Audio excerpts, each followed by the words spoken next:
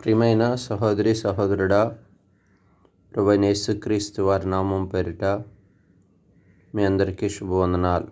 మరి యొక్క శ్రేష్టమైన దినము మనకు అనుగ్రహించి సజీవ లెక్కలో ఉంచి మనల్ని భద్రపరిచి మనకు క్షేమస్థితి అనుగ్రహించిన మన దేవునికి మహిమ కలుగునుగాక.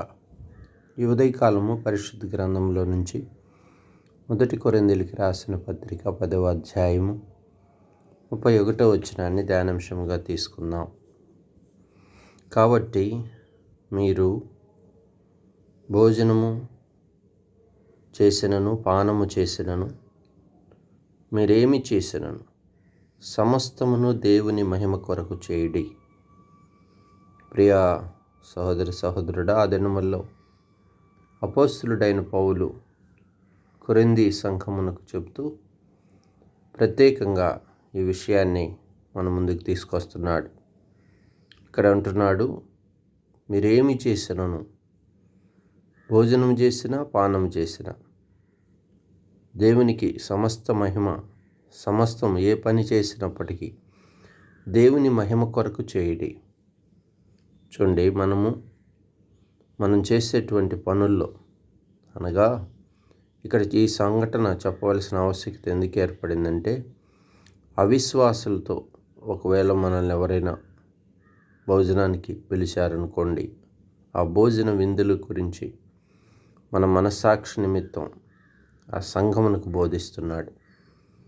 చూడండి, మరి అన్యులైన వారు మనల్ని పిలిచినప్పుడు మనం వారి ప్రేమను పోగొట్టుకోకుండా వెళ్ళాలని, ఒకవేళ వాళ్ళు బలి అర్పించినదని చెప్పినప్పుడు వారి మనస్సాక్షి నిమిత్తమై దాన్ని తినకూడదని, భోజనము చేయుట తినుటలో తినకపోవటలో మరి ఏ భేదం లేదు. కానీ అక్కడ ఏంటంటే అన్ని విషయాల్లో కూడా దేవునికి మహిమ తీసుకురావాలని, మన ఆత్మీయ జీవితం ఉండాలని బోధిస్తున్నాడు. చూడండి, ఆ దినాల్లో మరి ఉదాహరణకు మనం కనుక చూస్తే బైబిల్లో దానియేలు, షడ్రకు, మెషకు, అబేద్నెగోలను మరి బబులోను సామ్రాజ్యంలోనికి వారు పట్టబడినప్పుడు యవ్వనస్తులుగా అక్కడ వాళ్ళ రాజ్యంలో ఉంచినప్పుడు రాజు భోజనం చేసే భోజనము పానం వారి దగ్గరికి తీసుకొచ్చినప్పుడు ఆ అపవిత్రమైనటువంటి భోజనాన్ని వారు ముట్టడానికి ఇష్టపడలేదు. చూడండి, వారు ఎంతగానో వారి ఆత్మీయ జీవితంలో పవిత్రతను, మనస్సాక్షిని మరి వారు కలిగి ఉన్నారు.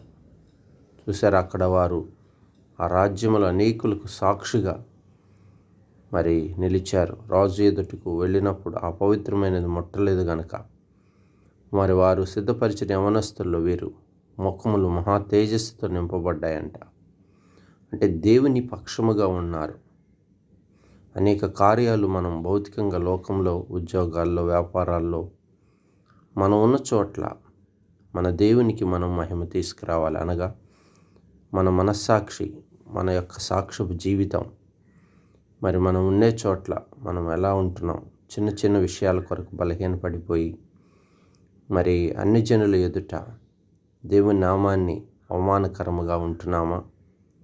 అందుకే బహుశా ఈ వాక్యాన్ని ప్రభు మన మధ్యకి తీసుకొచ్చాడు. మనం యథార్థతను, సత్యమును, నీతిని మరి కలిగిన వారముగా, మంచి మనస్సాక్షి కలిగిన వారముగా ఉంటూ మన బ్రతుకులో దేవునికి మహిమ తీసుకురావాలి. ఉద్యోగాల్లో మరి అనేక చోట్ల మనం చూస్తుంటాం, దేవుని నమ్ముకున్నప్పటికీ దేవుని సాక్ష్యము మరి క్రైస్తవుడని చెప్పుకోవటానికి కూడా సిగ్గు కలిగిన వారు ఉంటుంటాం, లంచగొండులుగా ఉంటుంటాం, ఒక్కోసారి అవిశ్వాసులుగా ఉంటాం. మరి అన్ని జనులతో, లోకస్తులతో కలిసిపోయి వారి మధ్య దేవుని ఎరుగని వారముగా మనం జీవిస్తాం. అందుకే ఒక్కొక్కసారి మనము స్వప్రయోజనాన్ని కొంత విడిచిపెట్టుకొని, పౌలు చెప్తున్నాడు, నేనైతే నా స్వప్రయోజనాన్ని కొంత కోరుకొనక అనేకులు రక్షింపబడాలని వారి ప్రయోజనం కొరకు అన్ని విషయాల్లో అందరినీ సంతోషపెట్టుచున్నాను. దేవునికి మహిమ తీసుకురావటానికి మనం ప్రేమ కలిగిన వారముగాను, కొంత స్వార్థప్రియత్వాన్ని విడిచిపెట్టుకున్న వారముగాను ఆయా సమయాల్లో దేవుని మహిమార్థమై మంచి సాక్ష్యపు జీవితం కలిగి ఉండాలి. ఇతరులకు మరి దేవుని మహిమను మరి పరిచయం చేసేవారముగా ఉండాలి. దేవునికి ఘనత తీసుకొచ్చే వారిగా ఉండాలి.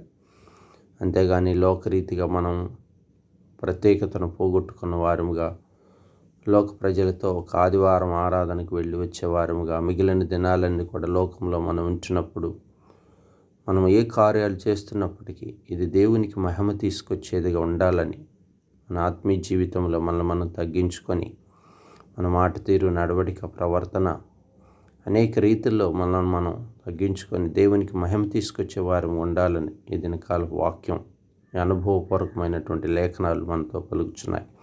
ప్రియుడా, నువ్వు ఎలా ఉంటున్నావు లోకంలో? ఏ పని చేస్తున్నా, భోజనం చేసినా, పానం చేసినా, ఏ చిన్న పనిలోనైనా దేవునికి నువ్వు మహిమ తీసుకొచ్చేవాడు ఉండాలని దేవుని యొక్క ఆశ. అందుకే ఈ వాక్యం ద్వారా మనతో మాట్లాడుచున్నాడు. చిన్న ప్రార్థన చేసుకున్నాం. పరిశుద్ధుడా, ప్రేమ కలిగిన తండ్రి, ప్రభువా, ఈ దినకాల వాక్యం ద్వారా మాతో మాట్లాడారు. భోజనము చేసినను, పానము చేసినను, ఏం చేసినను ప్రభువా సమస్తమును దేవునికే మహిమ తీసుకురావాలని మీరు ఉదయకాలం మాట్లాడిన మాటలను బట్టి స్తోత్రములు. ప్రభువా, సహాయం చేయము. సంపూర్ణంగా నీకు మహిమ తీసుకొచ్చిన బిడ్డలుగా నన్ను మమ్మల్ని ఉంచుము. ప్రభువా, అట్టి అనుభవంలో మమ్మల్ని బలపరచుము. సంఘముగా మమ్మల్ని ఆత్మీయంగా పురికొల్పుతురని మాసాంతం చివరి దినంలోనికి వచ్చాం. ఈ మాసమంతా మీరు కాపాడినందుకే వందనాలు. యవ్వనకాల బిడ్డల భవిష్యత్తును దీవిస్తారండి. ఎగ్జామ్స్ రాస్తున్న బిడ్డలకు సహాయం చేయము. రోగులను స్వస్థపరచుము తండ్రి. గర్భఫలం లేని వారికి మంచి గర్భఫలాలు దయచేయం. యవ్వనకాల బిడ్డలకు జాబ్స్ మీరు అనుగ్రహించండి. గృహ అవసరతలు తీర్చండి అయ్యా సర్వలోకంలో అనేక ఆత్మలను మీరు రక్షించి బలపరుస్తారని, సంఘమును ఆత్మీయంగా కడుతురమని, మీ నామానికే మహిమ తెచ్చుకునమని ఈ కొద్ది చిన్ని ప్రార్థన యేసు నామములో అడిగి వేడుకుంటున్నాము తండ్రి. ఆమేన్.